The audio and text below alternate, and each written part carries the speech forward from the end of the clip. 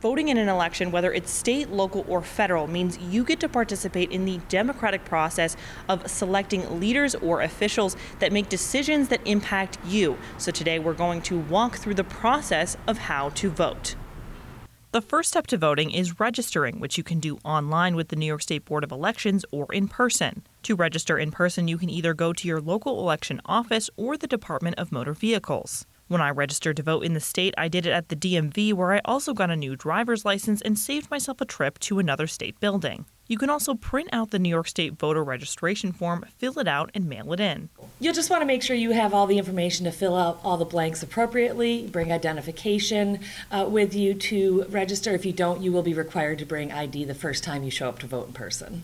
There are deadlines to register to vote ahead of elections, which can be found on the New York State Board of Elections website. To vote, New Yorkers have to register 10 days before Election Day. Once you've registered to vote, you are ready to go. The next step is finding your local polling location, and if you're unable to go to the polls in your district for Election Day, you can vote by mail. To vote by mail, you simply fill out a mail-in ballot application, which you can do online or via mail.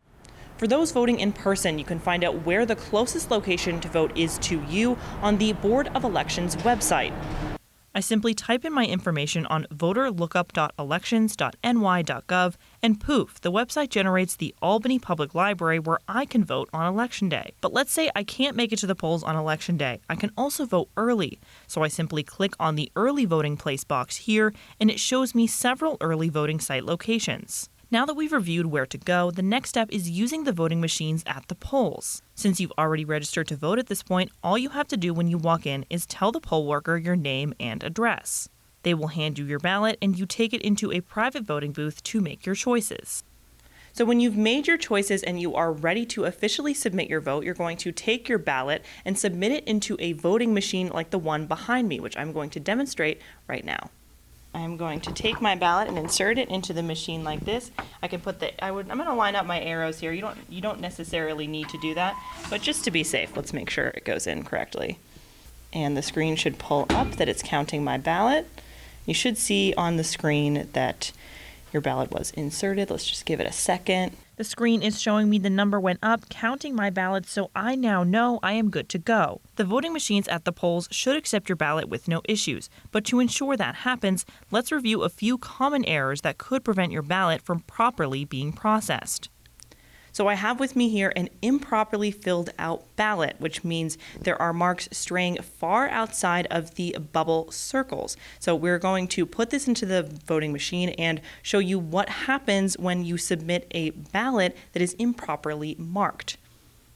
So we're going to take the ballot and I'm going to try and put it into the machine here, and it's going to bring up an error, and so it's going to give it back to me.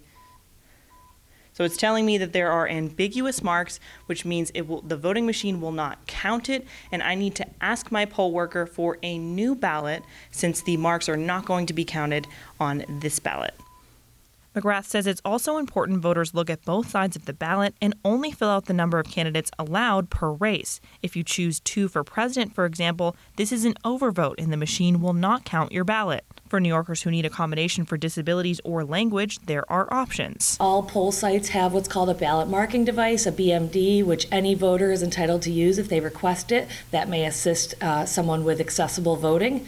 In terms of language access, in certain areas of the state, there are multilingual ballots available in English, Spanish, Korean, Chinese, and Bengali, and that's based on the percentage of voters that live in that area speaking that language. Also in New York City, we also have interpreters at the polls as well to help folks. Currently, Spanish, Chinese, Korean, and Bengali are offered in about a handful of counties across the state, primarily in the boroughs of New York City. If you have questions about multilingual ballots, you can contact your local county board of elections. If you have any questions about casting your ballot early or on Election Day, don't be afraid to talk to your local poll worker, and make sure you grab an I voted sticker on the way out. That's personally one of my favorite parts of the process. Elise Kline, New York Now.